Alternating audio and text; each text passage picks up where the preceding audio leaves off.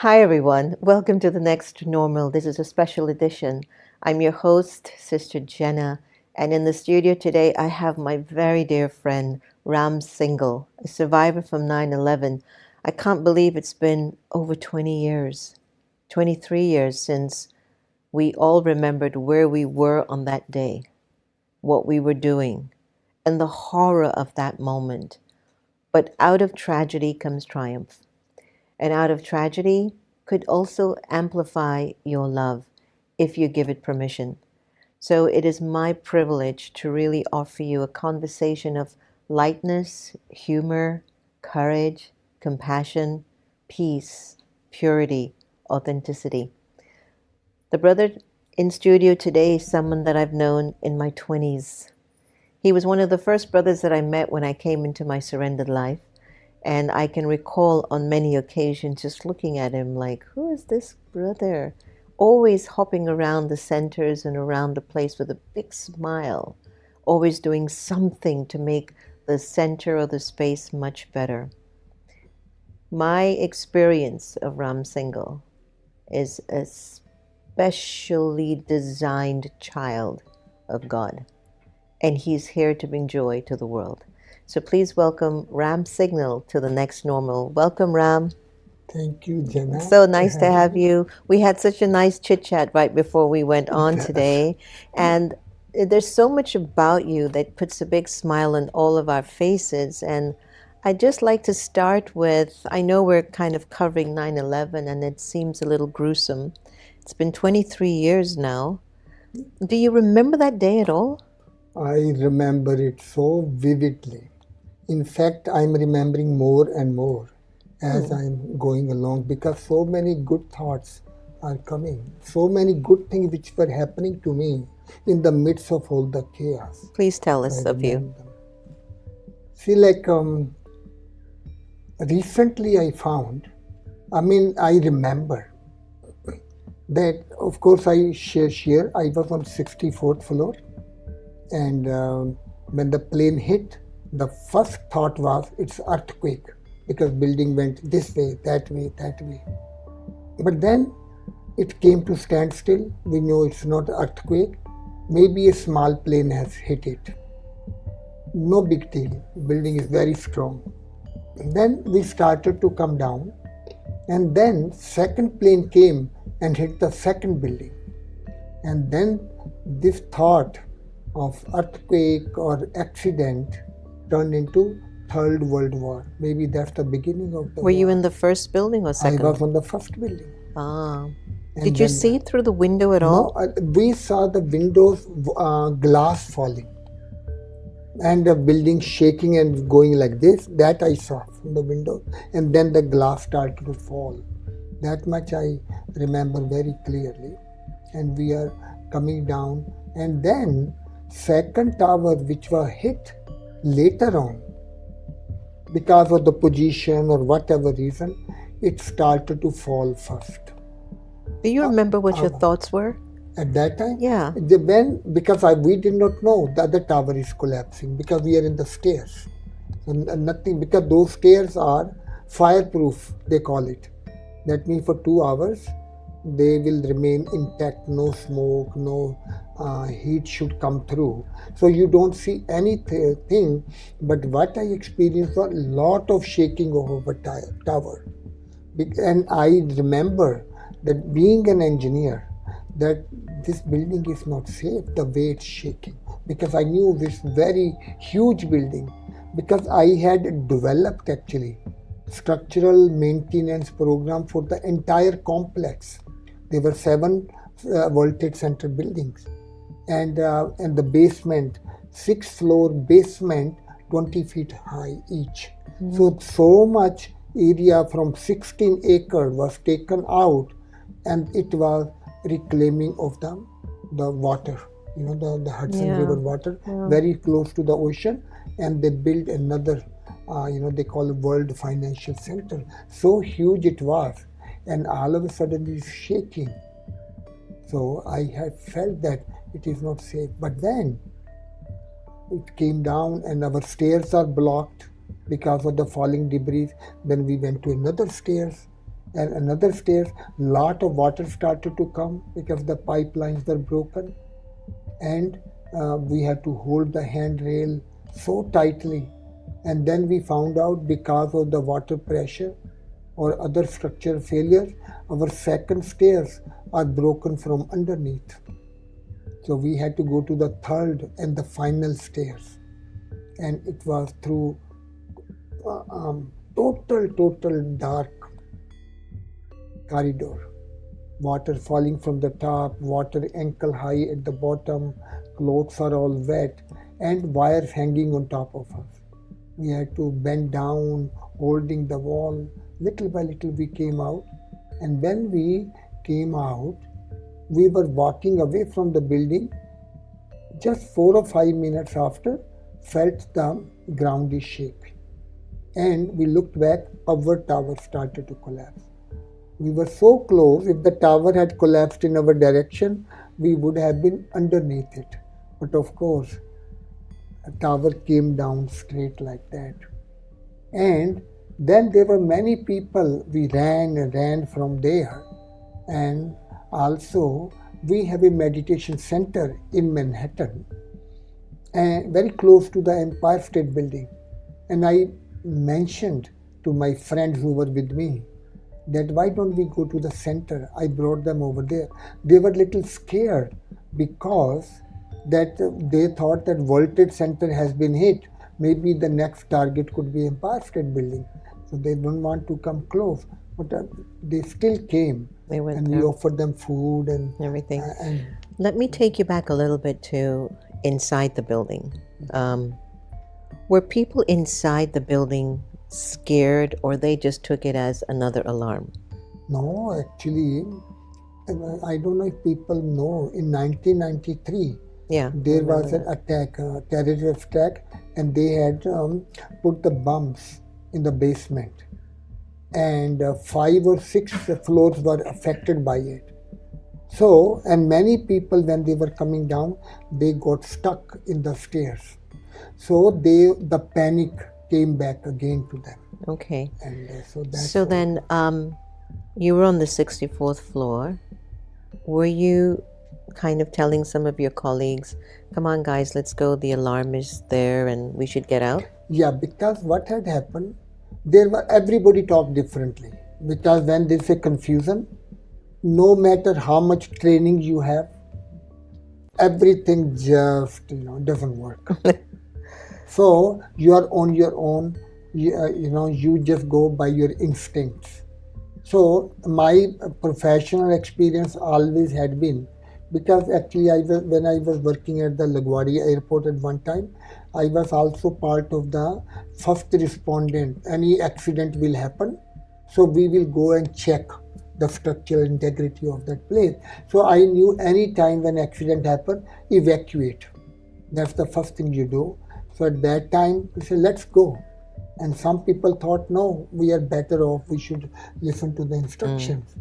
So we came down. Okay. And by the time our colleagues started, It was too late. So then, as you're walking down the stairways, do you remember what your consciousness was like? What were you thinking? My consciousness was, how can I help people? How? I am doing meditation for the last 27 years at that time. I say, if I also start running like anybody else, what's the point of doing meditation?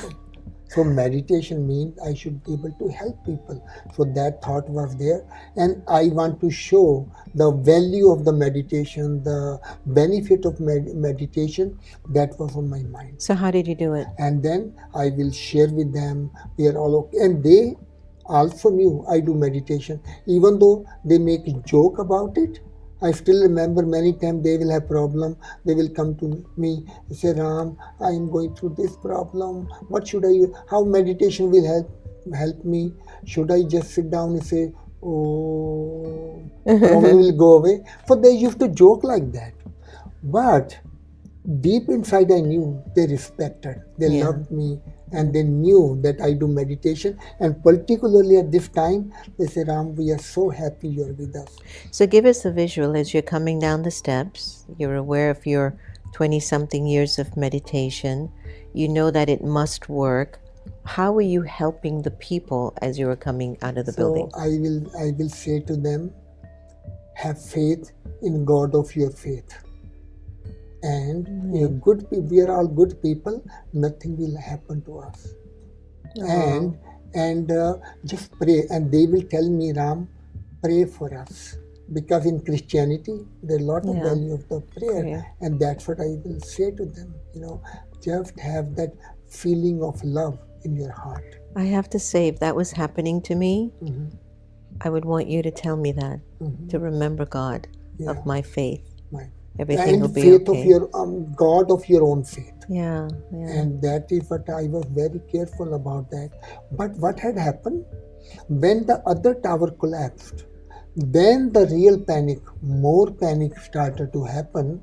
Then even if the little sound will come, everybody will, many times you shake up. And there were many ladies working there too. And they are coming behind me. I will hear their scream. And when I will hear their scream, what I will do, I will step back and I will call them, come over. And I will bring them in front of me. And we are all together. We will all go out together. Don't be afraid. Afraid means, whatever. I don't worry, know exact words. Fine. But we are all together. Now, it is not a very big deal. I was 2 steps ahead of them. Now I am 2 steps behind.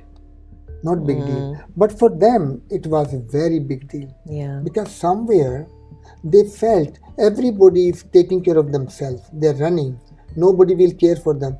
But this person giving his own space, putting us in front of himself. In case we are in trouble, this person is going to help us. It's a nice and story. They were so happy with me. And Jenna, I want to tell you that actually they told me, Ram, you are our angel. Yeah, I can see that. And I laughed internally. I said, wow, becoming angel has become very easy. You make so much effort to become an angel. Now we all do, right? And here you go 2 steps behind and you become an angel. Pretty good deal. But I thought about it later on. I say, this thing did not come to my mind. I thought I am just doing my duty. Being a brother, okay, they are like my little sisters. But how come they thought about it? Then I thought that way, the word come. People think of angels who do big, miraculous things. But I am an ordinary person. Now, if there are big angels, can I become a tiny angel? A micro angel? A unit angel? They do big things. I can do small, good things. And what the angels do, can I share that? But I thought, like whatever we have thought about, what angels are, they appear in the time of need from somewhere. They will help you selflessly. Yeah. They will not reveal that they are angels. Otherwise, you will be mesmerized. And when the work is done, they just fly away. They won't even let you know that they are going. And they don't take anything in return. Because like we say, take a gift. If they start collecting the gifts, how they will fly? So they don't take anything. And many times, even in the school, colleges, even with the children, I go and ask them, can you do all these things? Help selflessly, appearing in the time of need, help selflessly, remain incognito, and also don't take anything in return. And when the task is finished, fly away for the new mission. So you are always on the mission. Can you do it? Everybody say that. I said, okay, if you can do that, so today you have become an angel. So I say, if we can do that, everybody from today onward, can you call yourself an angel? Wonderful. You have become an angel. You're one of the few people I know that you don't have one enemy. And I don't know how many people can say that. What do you think is contributing to your winning so many hearts? Everywhere you go, everyone loves you, everyone trusts you. What is it that you're doing that creates that? See, then when somebody use the word tactics, I don't use the tactics on other people. I use the tactics on myself. I always try to change the whole thing, whatever the situation is. But in my own mind, I transform it. Like for example, like I find that supposing somebody hit me, now I could be stronger. I could hit him 10 times. But doesn't matter I hit 10 times, but the one hit I got, it is hurting me. And I don't want to hurt myself. So then what I found was that, I remember this, the boxing, when they are doing it. So what I felt, we have pillow fighting. So how come we have fun with the pillow fighting? Because we have the soft, the cotton all around us. When they're hitting you, it is not reaching you. So you are not hurting, other person is not hurt. And so you become the cushion. So that means even when, so you have so much softness all around you. So how do you create that softness? And I mean, people hit us with their thoughts. Yeah. Sometimes people have a thought of jealousy, comparison, criticism, judgment. And whenever I think of someone like that, I'm hitting them. And a lot of people are not aware that your negative and waste thoughts hurt other people. So how are you protecting yourself by developing that soft cushion? First of all, I find people get angry only when they are weak or they are not feeling well or something is going on which is out of their control. So you will find all the problems that person feel, whether it's right or not right, that's a different story. Only when you feel helpless, you feel weak or injustice or whatever. So that is what bringing anger. So can I give respect? Can I love that person? Can I forgive that person? If I can do all those things, the anger will disappear. Okay, so they're upset, they're yelling, they're screaming at you, and you're feeling it. And many of us react to it. Why do we react to other people's negativity when it's not ours? See, that is I can react only what I have with. In other words, I will react only if that weakness is also in me. And then they're fighting with each other. They are like facing. Like when you face somebody, then only when you resist, like a bell, you press the button. And only when there is a resistance, then the bell will ring. And I give you one scenario. One time somebody I overheard, oh, I know how to deal with Ram. I can make him happy, I can make him cry, and I will praise him a little bit, then he will be happy. And if I want to make him cry, I will say something. I say, oh my gosh, my life is in that person's hand. And then I say, and that person said to me, to somebody, I know how to push Ram's buttons. I say, my gosh, I have so many buttons. So what if I remove all the buttons? I say, how many buttons can I remove?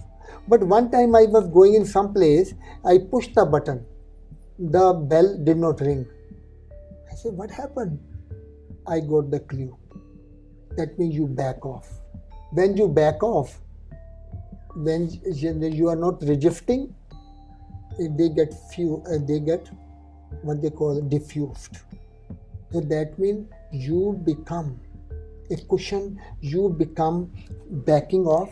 And then somebody said, actually then I looked at myself, I then imagined myself in a, like, those, what they call it, the boxer, the punching bag.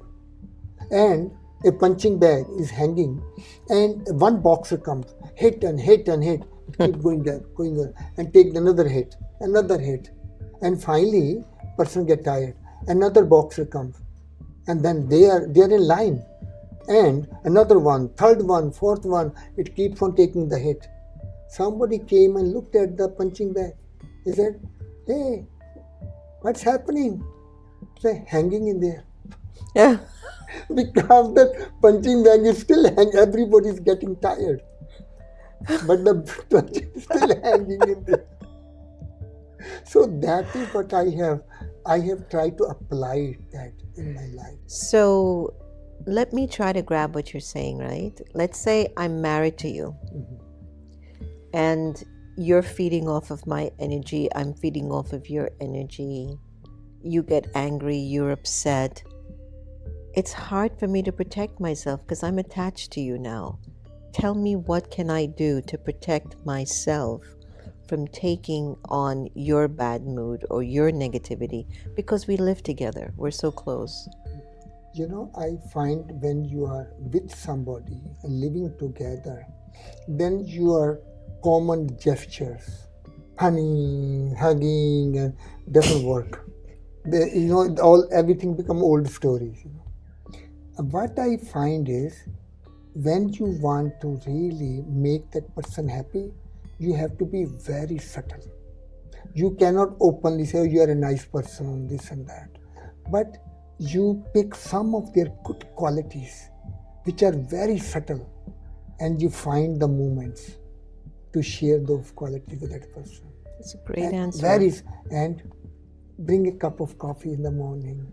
Do something that somehow you have to melt that person from your small action. That's why I use the micro good actions. Micro are something which you cannot see. Person cannot see, but it is effective. The soul. I love People that cannot answer. see, but it is so effective.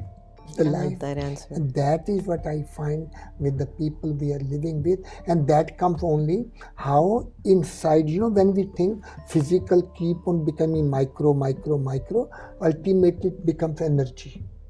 Then it only become vibrations. So your kind vibrations, that your goal is to make that person comfortable, because that person is hurting. So I don't think that person is angry. I feel They're that person hurting. is hurting. How can I? But if two people are hurting in a marriage, how do you help them? How do they help each other? They're both hurting in the marriage. How do they help each other? You have to take the initiative. I find relationship can exist only if it is based on giving, not give and take. Because give and take then makes you feel that how much I gave, how much I am getting. And that calculation, it does not work. I feel the relationship can exist only I'm giving, and only giving. Then it works. But the beauty about that is, law of karma. When you are giving, actually you are receiving automatically. That is true. Sometime, but it can take time. It could be different time. It could be different situation. It could be different. Everything could be different. But anything good you do from your heart, it stays there. It spreads in the atmosphere, and sooner or later, people feel them.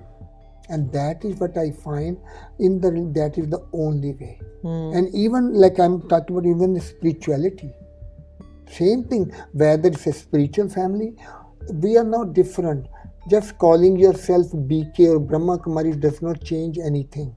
We still have our nature, and all these things. When we are living together, only a life of giving. And that is why people call. What is a deity? In India, deity means the one who gives.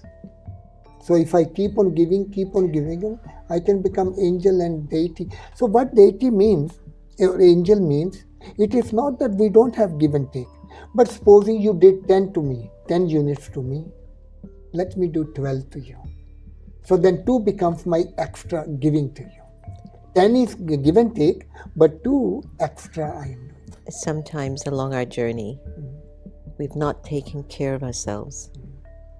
And we have a habit of giving, but there's subtle taking in the giving, so we're getting empty. And sometimes we get empty, and what I mean by empty is, I don't have any more bhavna to give anyone. I don't have any more love. I don't have any more energy to give anyone. what would you suggest to that person who is dying to feel again and to not have that void or that emptiness inside? What I feel is that when you're talking about you're becoming empty, that's not giving. Right. The giving comes like, imagine sun. Sun is not giving light and heat to us, even though we think giving.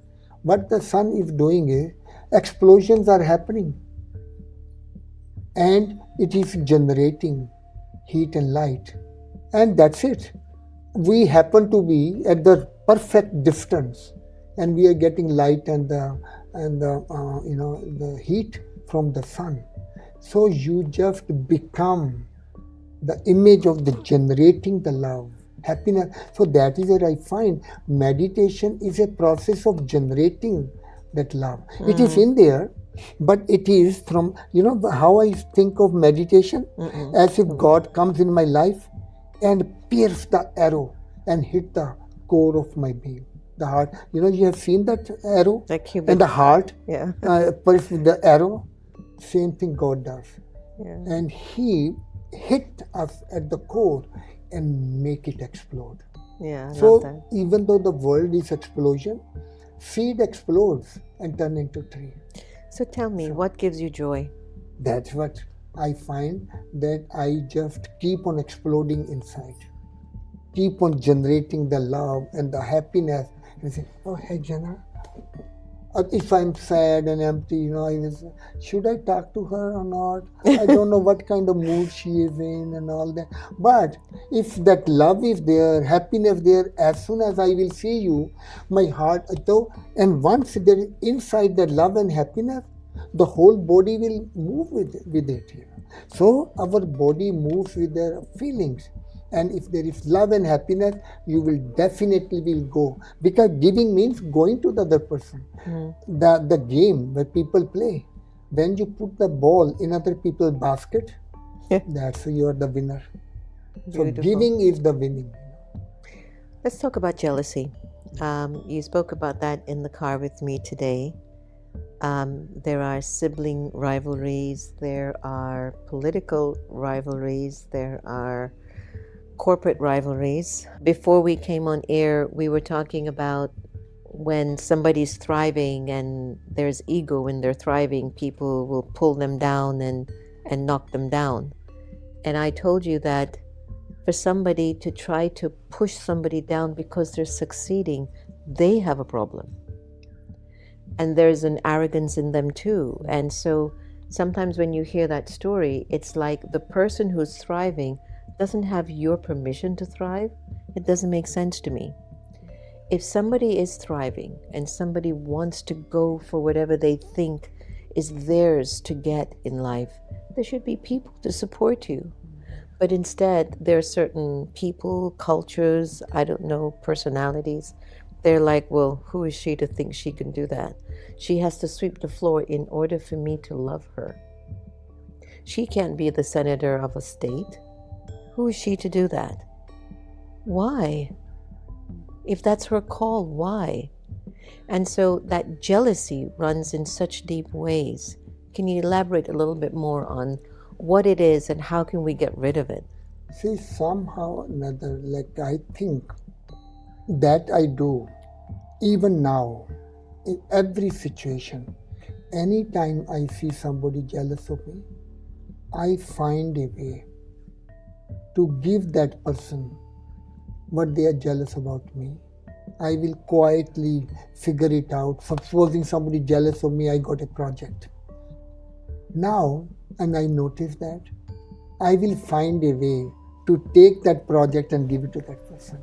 And now, if we are living in the world present time, we say, oh my God, if you keep on giving all the projects, you will become useless.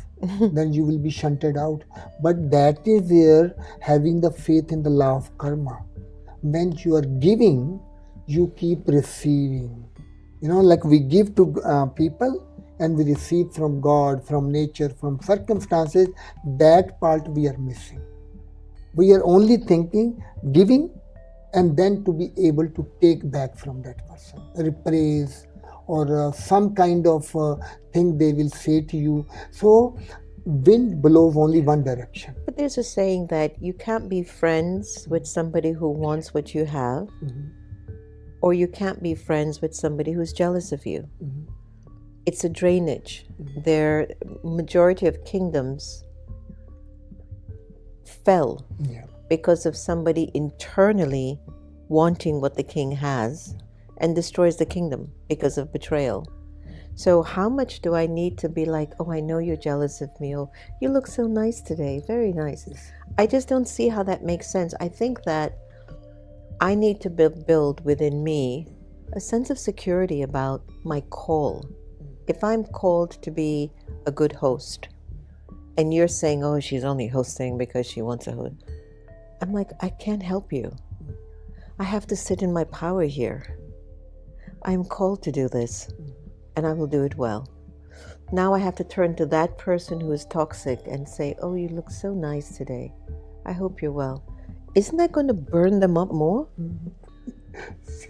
See what I feel, that we talk about, people use this word, we are in the iron age and the golden age, or we say we are in hell, and then we talk about heaven. So you could see the contrasting thing, and we are in between. So that means certain times we have pick up little bit from the iron and we pick some from the gold. So we are a mixture of those two things. Now the question is how much gold and how much iron I put it in my day-to-day life. I feel now those things what you are talking about, that's what the history is, history of violence and all that. That's what the world kept on coming down and down and down. Like even jealousy. Early days, the jealousy used to be very subtle.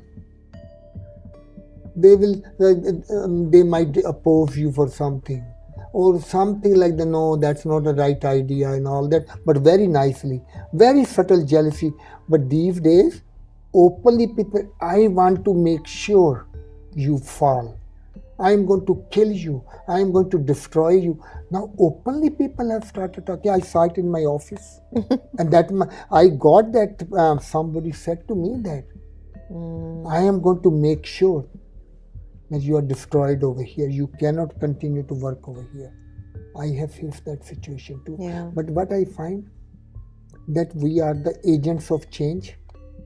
I cannot be taken that fall from the other person, but my energy is upward. Very important. So that means I have to use all the positive energy which I have garnered within myself and working with that person to reverse the order, the falling order. We have to reverse. In order to reverse, you cannot make little change.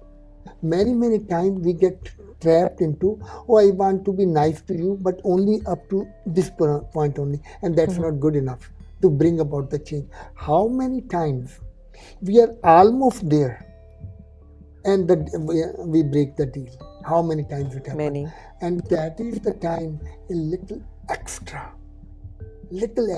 Like I give you an example.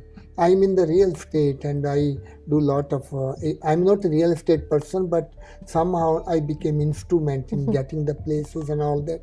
What I found was many times people start 800,000. I said, no, 500. Keep on coming, close. And then it gets stuck at 615 or 610. And now it becomes a prestige issue. Who will be the winner? And what I found is, you make the other person winner. I say, okay, I will give you 650 because I am already comfortable. But that person is stuck over there 615 and I say 610. I say, let me give you 650. I will make that person winner. When you make people winner, you win people's hearts. And then they must have told so many people, oh, it's so nice to deal with Ram.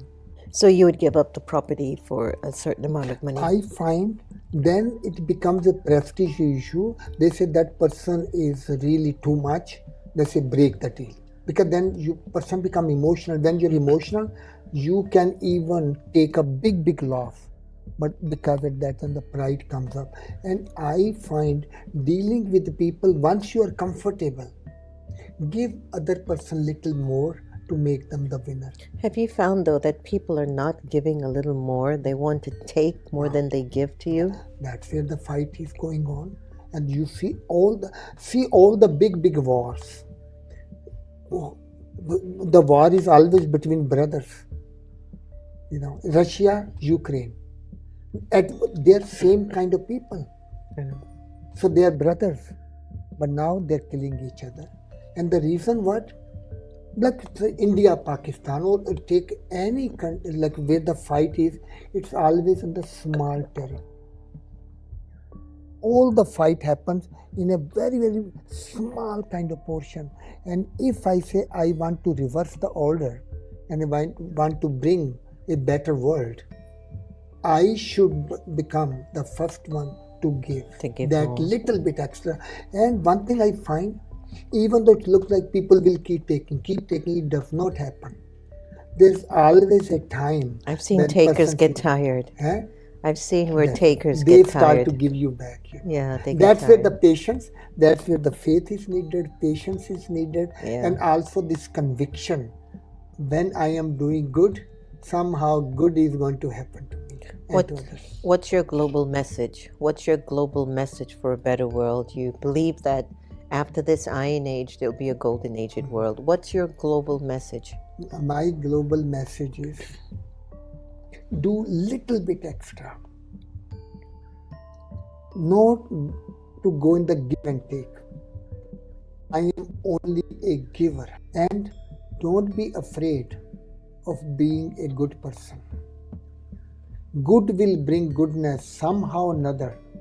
When you keep doing good, somehow good will keep happening to you. At the right time, right situation, you will make right decision unknowingly. You will take the right path unknowingly. You will get the lost thing unknowingly.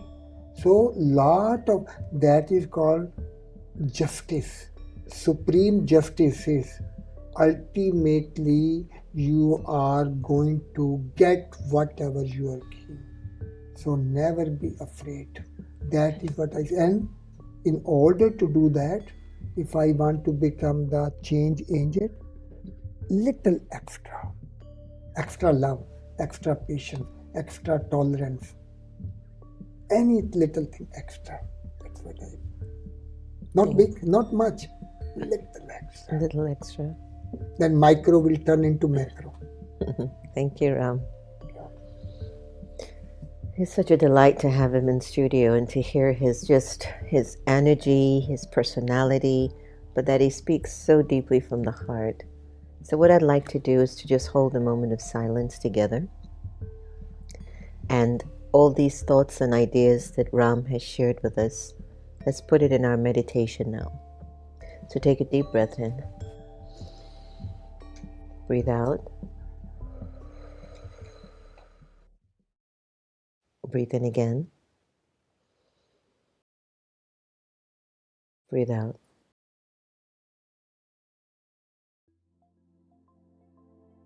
And let's think about that little extra that we're going to give after the show.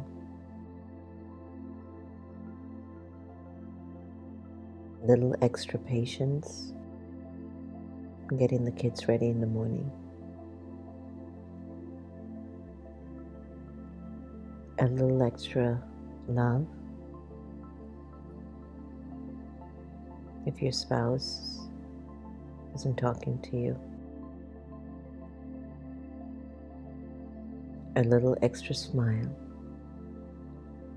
from your heart because someone's down or depressed. A little extra peace and good wishes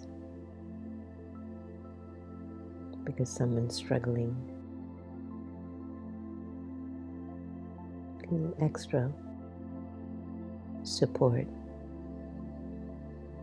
where it's needed.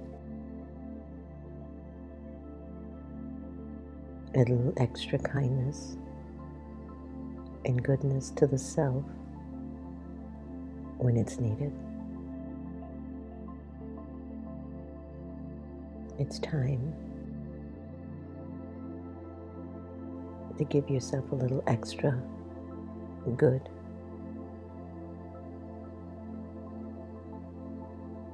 So we'll hold this moment together and send out good wishes to everyone in our connection.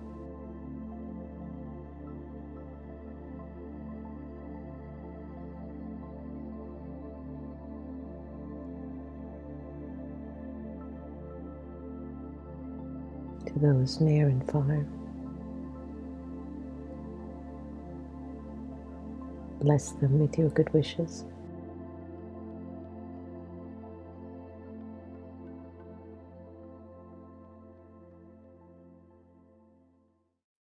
Take a deep breath in. Breathe out. Breathe in again. Breathe out.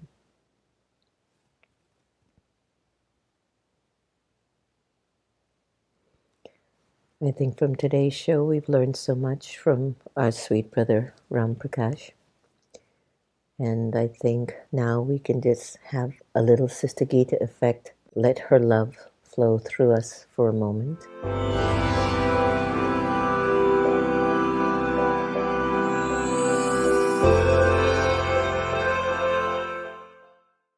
Mind, what is it? Sitting down and experiencing peace is one thing. Actually using it to transform my life is quite another. A great deal goes on between the intention and the action. And sometimes I catch myself saying, I didn't want to do that, but, or, sorry, I didn't mean to say that. To be in full control of my life, I need not only be to know, but also to understand the process through which my intention becomes an action. For instance, a variety of raw materials go into a car, manufacturing plant, sheet metal, nuts and bolts, electrical wiring, paint, and so on. These raw materials can be compared to my experiences and intentions. As the raw materials pass through the plant, they are processed and eventually emerge as cars. However, imagine that there is a consistent fault in the production process. I could set about repairing each car as it comes off the production line. But this would be time-consuming and hard work. It would also be very frustrating, as I would consider that the factory had been built to produce faulty cars. Similarly, changing my actions superficially will not bring about profound changes in my life. This can work to a limited extent, but I will be continually faced by faulty actions from the production line, and it will seem very, very hard labor with not much reward. Instead, I need to check the raw materials of my experience and also become familiar with the production process of my desires and actions. It is not enough for the engineer only to know approximately what happens on the factory floor. To repair a fault, he needs a detailed working knowledge of everything that is going on. The same applies to the mind. So when there is a thought, I am a peaceful soul, the relevant actions need to follow automatically. However, is thought the only link between intention and action? What about the expression, think before you speak? Undoubtedly, there must be thought before I open my mouth, or nothing would emerge. So, what is meant here? There seem to be two aspects to thought. The first is the thought itself. The second is the awareness and understanding of that thought. So, the thought, I am a being of peace. What is the understanding there? Think about it. This is practical meditation. Thank you. Have a grand day.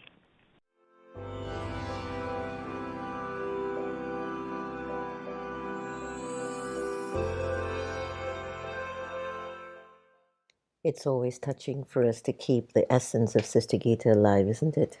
Isn't that sweet? Such a jewel. Thank you all for joining us today. It's always our delight. And if you want to really break your attachments that's ruining your stories up here, just practice loving people the same. And if you leverage your love to everyone the same, you find yourself becoming very liberated in relationships. And they will not put you in a bondage, but you'll be free. Thank you so much for joining us on the Next Normal, a special edition. Take care of yourself, take care of each other, and keep smiling.